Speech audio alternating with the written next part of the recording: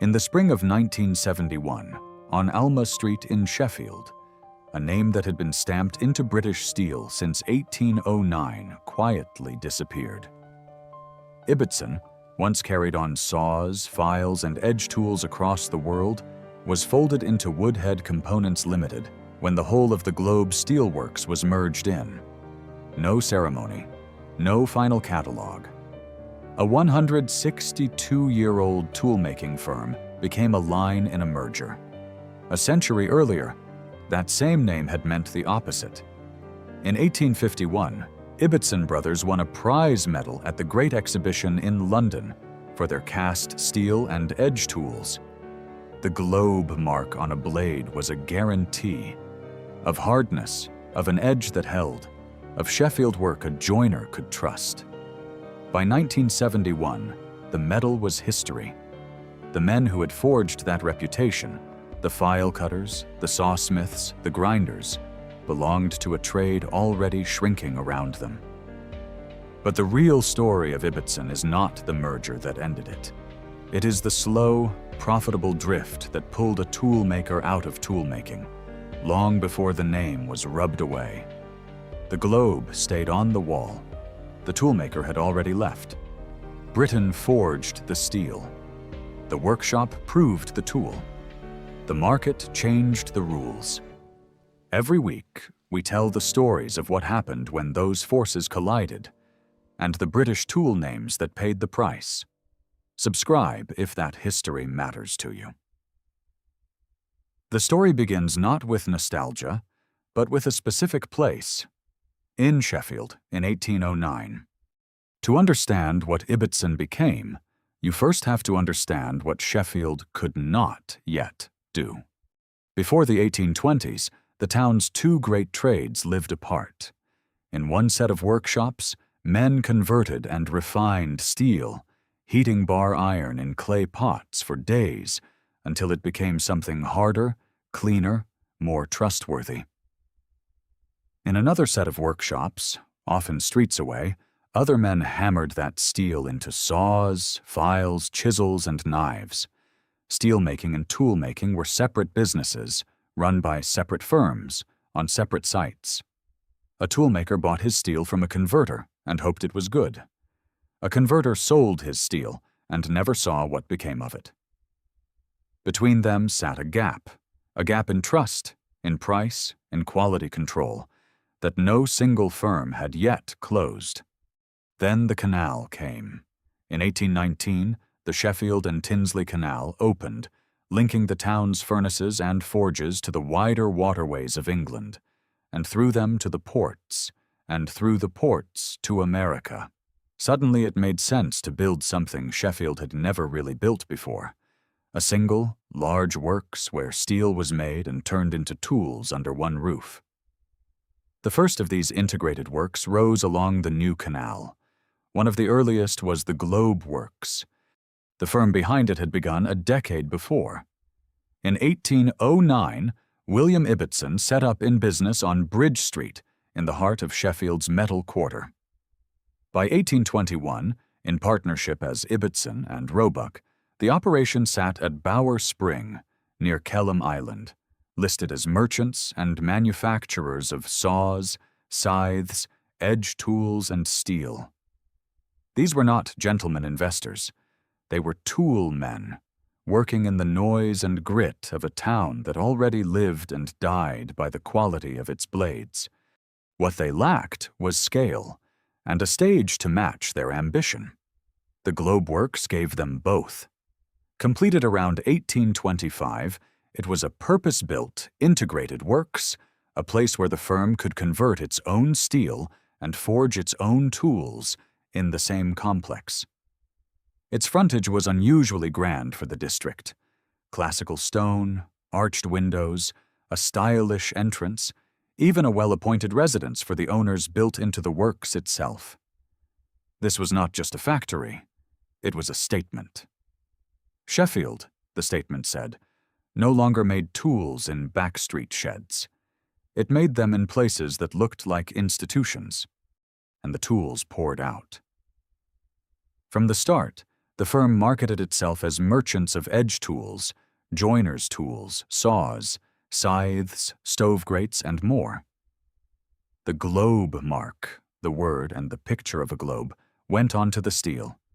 It was a promise that crossed an ocean. The ocean was the making of them. In the 1820s and 1830s, the United States was building itself at speed, clearing forests, raising cities, laying the first railways. And it could not yet make enough good steel of its own. Sheffield could. American carpenters, farmers, and edge tool dealers wanted crucible steel, saws, files, and chisels they could rely on, and they wanted the names they had learned to trust. The Globe Works fed that hunger directly. For a Sheffield firm, America was not a side market. It was the prize. Ibbotson chased it harder than most. By the early 1830s, one of the brothers, Henry Ibbotson, had crossed the Atlantic himself to sell the firm's steel and tools on American soil, and the range by then had grown to include the Bowie knife, the heavy fighting and utility blade that the American frontier could not get enough of. In 1833, Henry married and settled in the United States. The firm now had a man permanently on the far shore, where the customers were. Few Sheffield toolmakers were that ambitious. Fewer still committed a brother to it. The works drew talent as well as orders. In 1830, a 21-year-old newcomer named Charles Camel arrived in Sheffield and found his first job at the Globe Works, taken on as a commercial traveler for the Ibbotson firm. He proved exceptionally good at it. He would not stay. By 1837, he had left to build his own steel business. But the detail matters, because it tells you what the Globe Works was in those years. A place important enough that a future titan of Sheffield steel learned his trade on its books. Remember that name. Camel's path away from Ibbotson points, quietly, at the direction the whole industry was about to take. Here, then, is the firm at its dawn. Founded 1809 on Bridge Street, established at the Grand Globe Works by around 1825, marketing edge tools, saws, and scythes under the Globe mark, exporting hard into the United States with a brother stationed in New York and the Bowie knife in the catalog.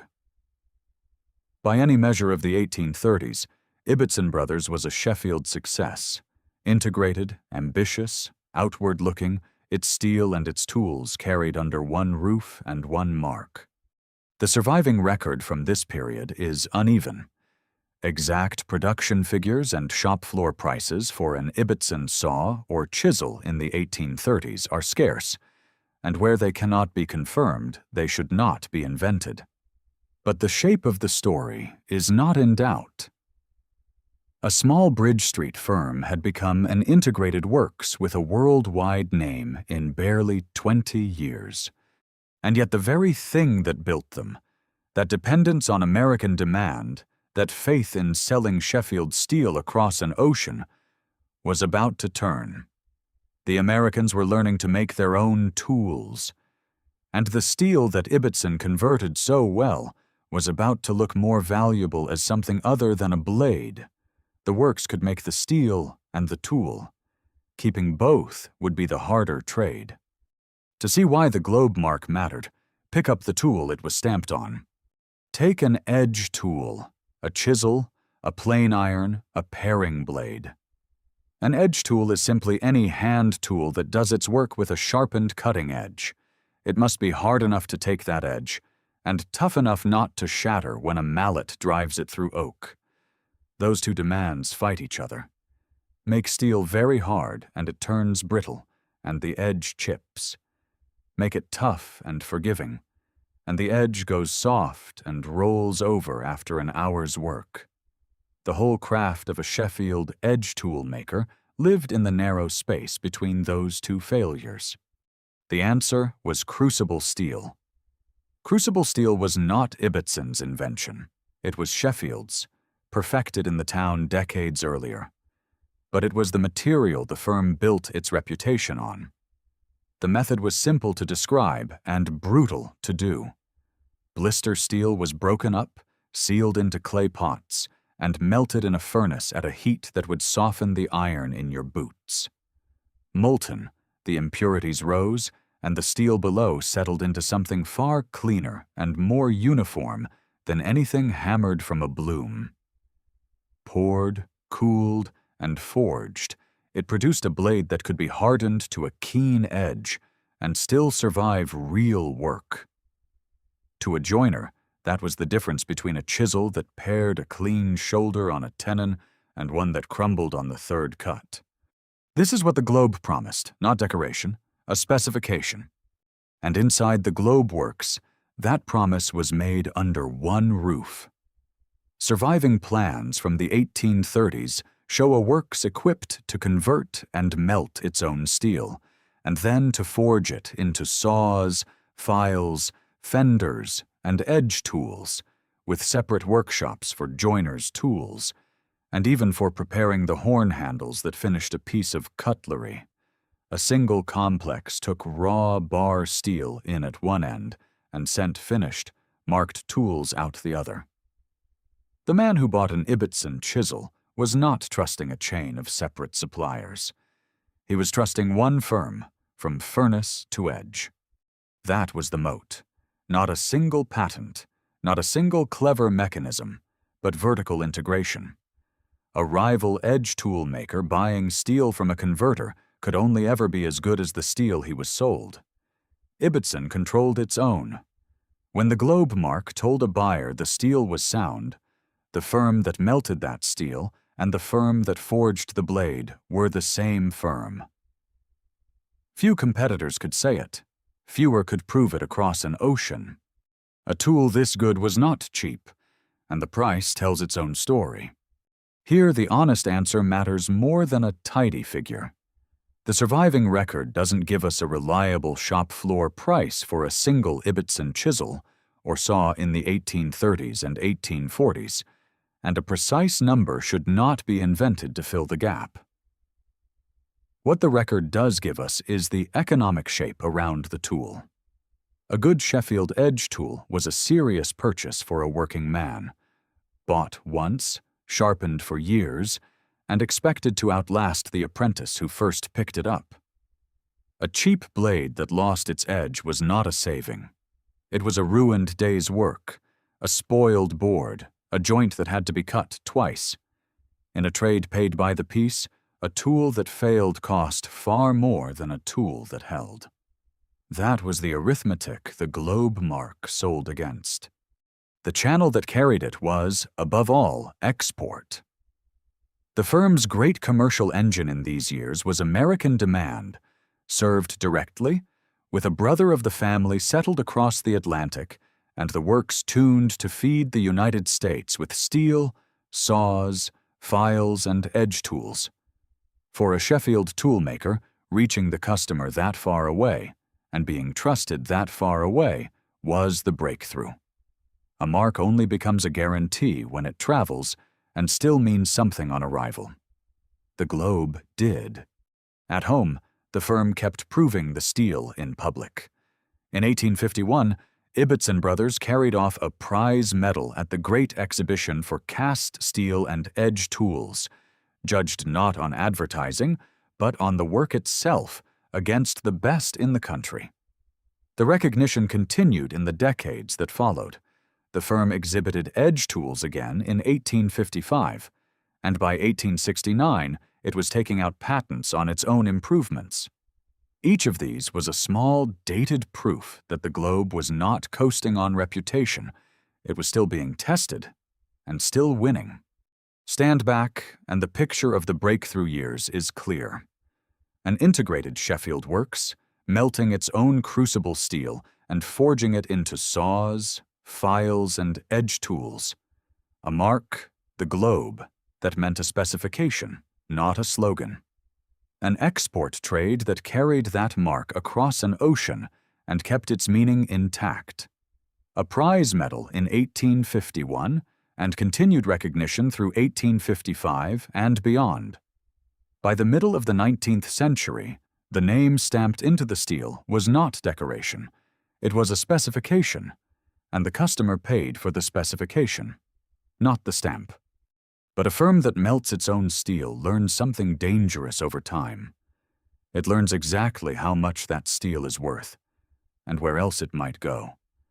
The blade had made the name. The steel was about to test it. By the middle of the 19th century, Ibbotson Brothers had become something rare, a Sheffield name that meant the same thing at home and abroad. Picture the ecosystem that carried it. Sheffield itself forged the reputation. The town's furnaces, grinding hulls, and forging shops gave the steel its credibility before a single blade left the works. The export houses and the American trade carried the globe across the Atlantic, where it competed on equal terms with the best the world could make. The Great Exhibition of 1851 placed it in front of an international jury and sent it home with a prize medal.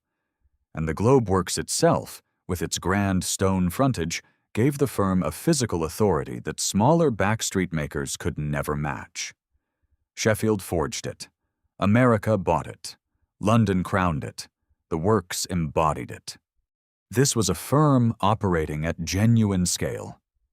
The original Globe Works on Penistone Road had been built as one of the town's first great integrated works, large enough that when financial trouble later forced it to be broken up, the single site yielded several separate works in its place.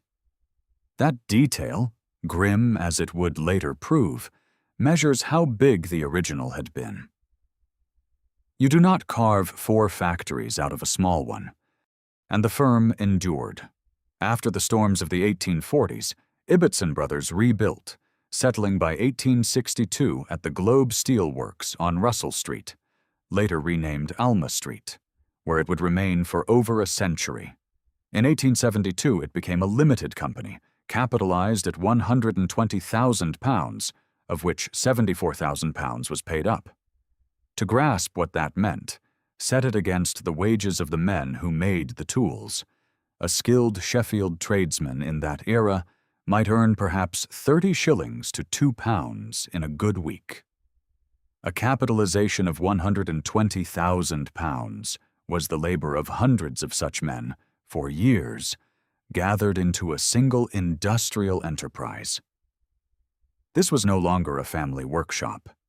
It was an institution, with directors, shareholders, and a name that carried weight on the Sheffield Exchange. For the working man who actually used the tools, none of that abstraction mattered. What mattered was the mark. An Ibbotson saw or chisel, taken down from an ironmonger's rack or unwrapped from a tool merchant's parcel, carried the globe, and the firm's name struck into the steel. To a joiner, a wheelwright, a shipwright fitting out a hull, that stamp was a shorthand. This one will hold its edge. It was a reputation a man could feel in his hand before he ever made a cut. But the light of the globe fell on a harder world than the catalogues admitted. A reputation for fine steel was built on the backs of men working long hours for uncertain pay in a trade where the relationship between master and workman was often raw. The Ibbotson name appears in one of the period's most famous indictments of industrial Britain. In 1845, Friedrich Engels named the firm in The Condition of the Working Class in England, criticizing it for low wages and the use of non-union labor. The surviving record also points to violence, an explosion at the works, set off at night, that destroyed a warehouse and was meant to intimidate rather than to kill, exposing the deep class divisions running through the Sheffield tool trades. The exact dating of these episodes is not always firm in the record, and the responsibility belongs to a whole industrial system, not to one man. But the picture is consistent. The steel that workshops trusted was made in a town where toolmaking was never gentle, and the same firm that won medals in London also stood accused in the columns of the Sheffield press. That is the truth behind the glory. The Globe was excellent. It was also expensive to make and contested to produce. Hold both facts at once, because the story needs them. And then, hold the tool. Picture the moment the engineering actually paid for itself. on a heavy joinery job, fitting out a ship's cabin, hanging a run of oak doors, cutting mortise after mortise through dense, seasoned timber, a chisel had to be driven hard and often. A cheap blade, hardened badly or melted from dirty steel, would lose its edge within the hour. The cuts would tear instead of slice, the joints would close badly, and the work would have to be redone or thrown out. An Ibbotson chisel, forged from the firm's own crucible steel and hardened to the narrow line between brittle and soft, held its edge through the whole job. On that bench, the globe was the difference between a day's wage earned and a day's work lost. This was the firm at its height. The steel was sound. The mark was trusted.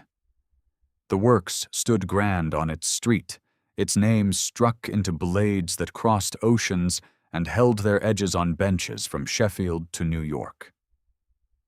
For a Sheffield tradesman, owning an Ibbotson tool was a small certainty in an uncertain trade. The one thing on the bench he did not have to doubt. It should have lasted. The steel was good enough to last forever. But the men who melted that steel had learned exactly what it was worth, and the most profitable thing to do with it was no longer to make it into a tool. At its height, the works made the tool. Soon it would find the tool was not where the money was. The decline of Ibbotson Brothers did not begin with a closure. It began with a discovery that the firm's own steel was worth more as something other than a tool. But the first cracks came earlier, and from the direction that had built them. America. Through the 1830s, the United States had been Sheffield's hungriest customer. By the end of that decade, it was becoming Sheffield's rival. American firms were learning to make their own edge tools behind their own tariffs, and the export trade that had carried the globe across the Atlantic grew harder year by year. The market that made Ibbotson was the first market to turn. The strain told quickly. In 1837, the partnership between the brothers dissolved. Henry, settled in the United States, went his own way, and William carried the firm alone through a worsening climate. Financial crises battered the business from that year onward. And then, in the mid-1840s, the structure gave way. By 1845, William Ibbotson was bankrupt, and the great Globe Works on Penistone Road, the grand integrated works that had announced the firm's ambition only 20 years before, passed out of his hands to the Sheffield and Hallamshire Banking Company. What happened next is the most physical measure of how far the firm fell. The huge site was broken up and sold off in pieces, carved into several separate works, among them the sites that would become the Cornish Works and the Warncliffe Works. The single complex that had taken raw steel in at one end and sent finished tools out the other was dismembered. You can stand in Sheffield today and walk between buildings that were once one firm's pride. The Globe Works had been big enough to make 4 factories. That is what was lost. Ibbotson Brothers survived, but smaller and changed. William rationalized the business to keep it alive, and in 1849 relinquished table knife manufacturing altogether, shedding one of the trades the works had been built to carry. A firm that had marketed itself as merchant of every kind of edge tool and cutlery was beginning to choose what it would no longer make. The 1851 prize medal, won just 2 years later, was a genuine recovery, but it was the recovery of a narrower firm. The breadth was already going. And then came the drift that would define the rest of the story. This is Force 5 at work, a shift in technology and trade that the firm did not so much resist as quietly follow. The same skill that made fine edge tool steel, converting, melting, tilting, controlling the metal with precision, could be turned to other products entirely. And by the middle of the century, Britain was laying railways at a furious pace, and the railways needed steel. Not blades, but springs, bolts, couplings, the unglamorous iron that held the network together. That work paid steadily, in bulk, on contract. Edge tools paid in the slow, uncertain trade of ironmongers and export houses against rising foreign competition. The evidence of the turn is plain in the firm's own words. In 1865, Alfred Ibbotson, by then running the company, was interviewed by a government commission inquiring into child labor and described what the firm actually did.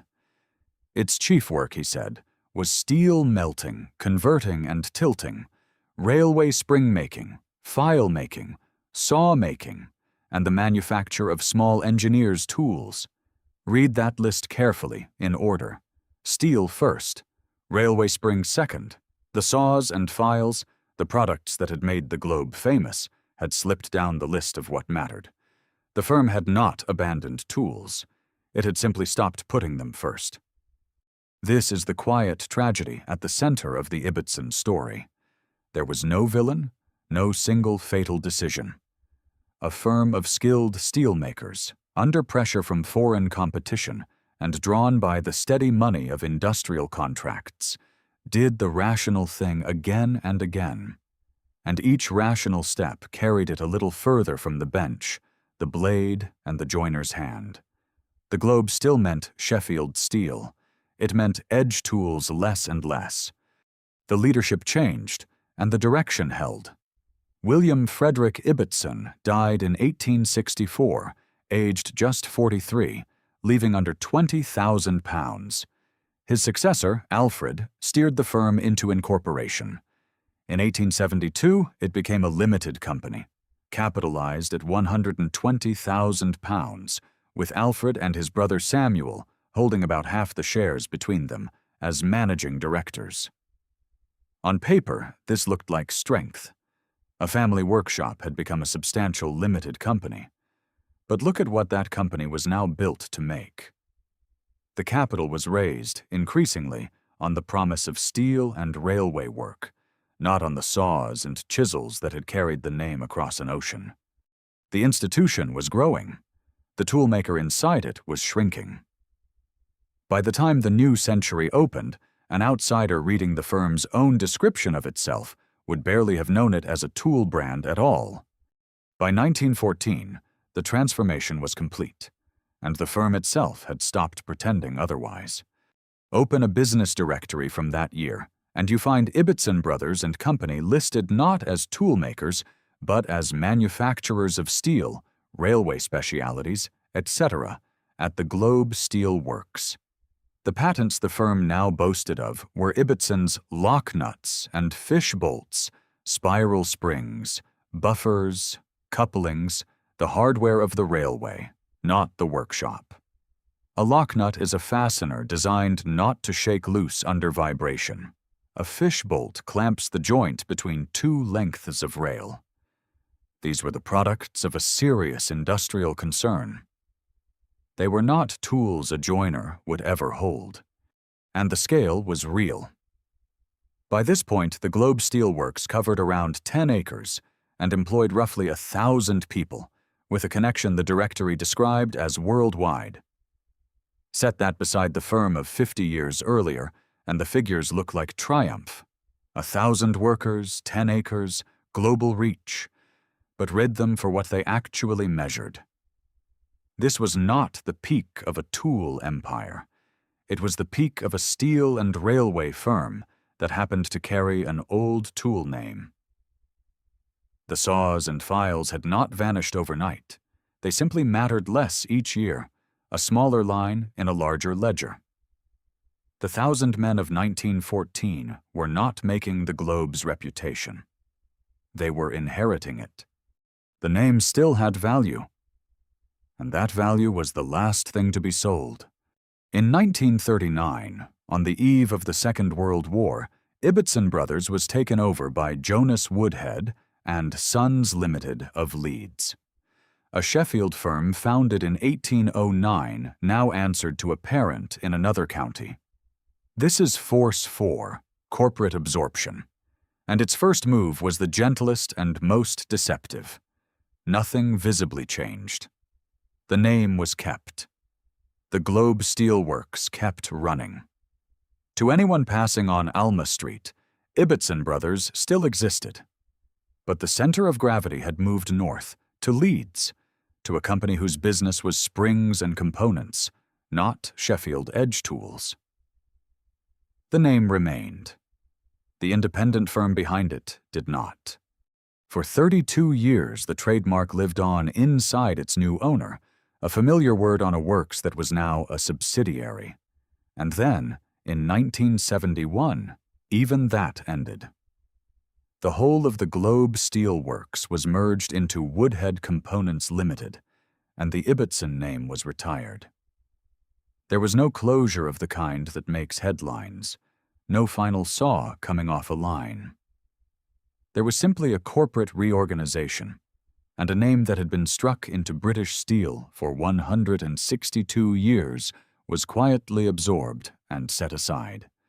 Trace the whole arc, and the pattern is merciless in its logic. The American market that built the firm turned into the firm's competitor. The financial crises of the 1840s broke the great original works into pieces. The steady money of railway steel drew the firm away from the bench. Incorporation rebuilt it as a steel and railway company. A Leeds parent absorbed it. A merger erased the name. At no point did the steel fail. At no point did the Globe stop meaning quality. The tool was never the problem. The economics around it were. And so the end, when it came not with a bang, but with paperwork. The American trade turned. The crisis split the works. The steel paid better than the blade. The contracts came first. The metals faded. The name went to Leeds. The works kept running. The trademark held on. Then the merger came. The name was filed away. The Globe stayed on the wall. So what survives when a name is filed away? Begin with the plainest answer. The firm itself did not survive. There was no rescue, no revival, no heritage relaunch putting the Globe back on new blades. Ibbotson Brothers ended as a line absorbed into Woodhead Components, and it stayed ended. Some names outlive their factories. This one did not even get that. The silence is the story. And it is worth sitting with, because silence is what most British tool firms actually got. Not a tragedy with a monument, a reorganization, and then nothing. But the steel had a longer life than the company. Walk a Sheffield car boot sale, scroll an online auction, open a retired joiner's tool chest, and Ibbotson edge tools still surface. Chisels, plane irons, the occasional saw, the Globe struck into steel that is well over a century old. They are bought by tool collectors, by woodworkers who restore old irons, by people who have learned that pre-decline Sheffield steel often outperforms what they can buy new. The makers of reference works on the Sheffield trades, the great cataloging efforts like the Ken Hawley collection, which preserved the tools and records of the town's craft, keep the firm's place in the record. The name is gone from commerce. It is not gone from the bench. And that is the part that is not nostalgia. An old Ibbotson chisel, ground back to a clean edge, will still do work that a cheap modern blade cannot. Its crucible steel takes a keener edge and holds it longer through hard timber, because it was made to a specification, not a price. A woodworker reaching for it is not being sentimental. He is making a judgment about steel, and the old steel still wins. The job, as ever, begins where edge meets timber. Now go to the place itself and mind the difference, because it matters. The firm died at the Globe Steel Works on Alma Street, the later works, the steel and railway site. But the building that survives, grand and improbable, is the original Globe Works on Penistone Road, near Kelham Island. The Tool-era works, completed around 1825, with its classical stone facade and arched windows still standing. It is now Grade 2 star listed, protected as a structure of national importance, the carved globe still on the frontage. Walk past it today, and you see the face of Ibbotson at its most ambitious, the building from when it was a toolmaker, outliving by a century the firm that left it for steel and then disappeared. And here is the footnote that reframes everything. The Ibbotson name, on saws and tools, did not entirely die in 1971 because a different Sheffield firm carried a version of it onward. George Ibbotson, Limited, a respected maker of saws and tools, kept working until late 1988, when it was acquired by the Paramo Tools Group, so the last commercial echo of Ibbotson on a tool came not from the Globe Empire at all, but from a separate house bearing the same Sheffield surname, absorbed, in the end, by exactly the same force that had taken the original, a larger group, buying a smaller name. What does the story leave us? That Britain was extraordinary at making things, and ordinary at keeping the firms that made them. That a mark can be a genuine guarantee of quality, and still be worth more in the end, as an asset to be absorbed than as a promise to be kept. That the market rewards the steady contract and the rational pivot, not the joiner's loyalty to a blade. The steel was never the failure. The economics simply asked the firm, again and again, to be something other than a toolmaker, and, reasonably, it agreed. The globe still sits carved in stone on Penistone Road, watching a city that long ago stopped making the tools that put it there. And somewhere in Sheffield, in the bottom drawer of a workshop bench, an old Ibbotson chisel still lies, its globe mark worn smooth by a thumb, its edge still keen, waiting for a hand, a length of oak, and one more cut. We tell these stories because the steel outlasts the name, and the name deserves to be remembered. See you in the next one.